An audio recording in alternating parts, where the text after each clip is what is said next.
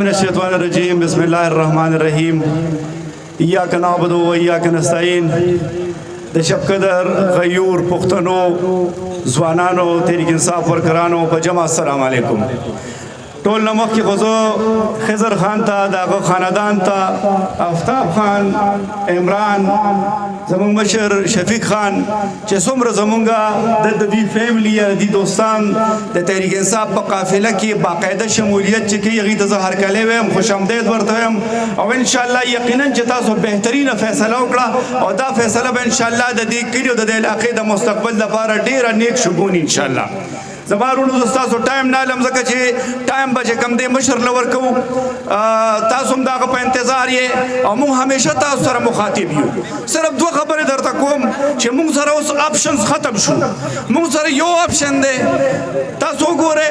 موږ 75 سال چې کم دی په غلامۍ کې تیر کړل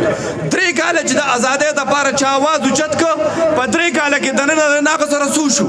د پاکستان هر هغه کس چې کم د غلامۍ ژوندۍ تیری او څوک چې په دې ملک باندې په زبردستۍ حکمرانی کوي هغه خلک چې کم دی راجم شو او څنګه چې زموږ مخکې مشران وې نن چې کم دی مهنګایي مارچ دی نن چې کم دی دغه مارچ او هغه مارچ صرف او صرف وجه دا وه چې د هغوی هغه دوکاندارۍ ته خطره وه هغه دوکانداري خرابېده ټول جیل ته روان وو تاسو ته به یادي د عمران خان په پوره دورې حکومت کې زرداري بیمار و که نو چې څنګه عمران خان لاړو زرداري ټیک شو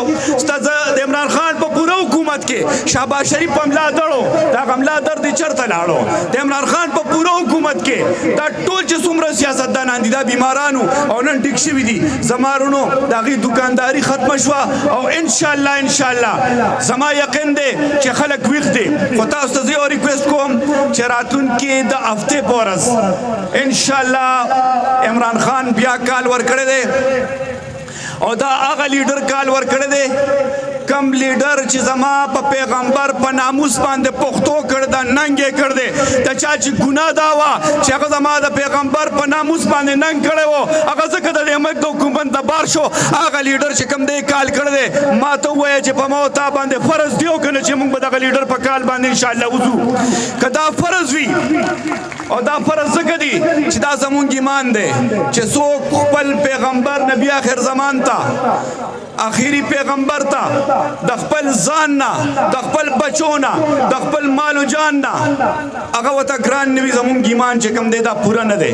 نو زما وروڼو زما به تاسو ته دا ریکویسټ وي چې دغه لیډر اعلان کړی دی د هفتې په ورځ اسلام آباد ته تګ دی انشاءالله د شب قدر خلکو همیشه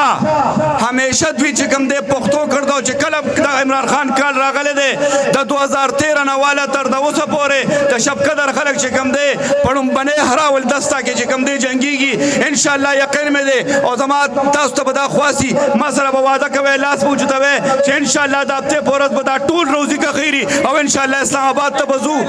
تاسو ته منظوره ده مهرباني خوشحاله و آباد اوسئ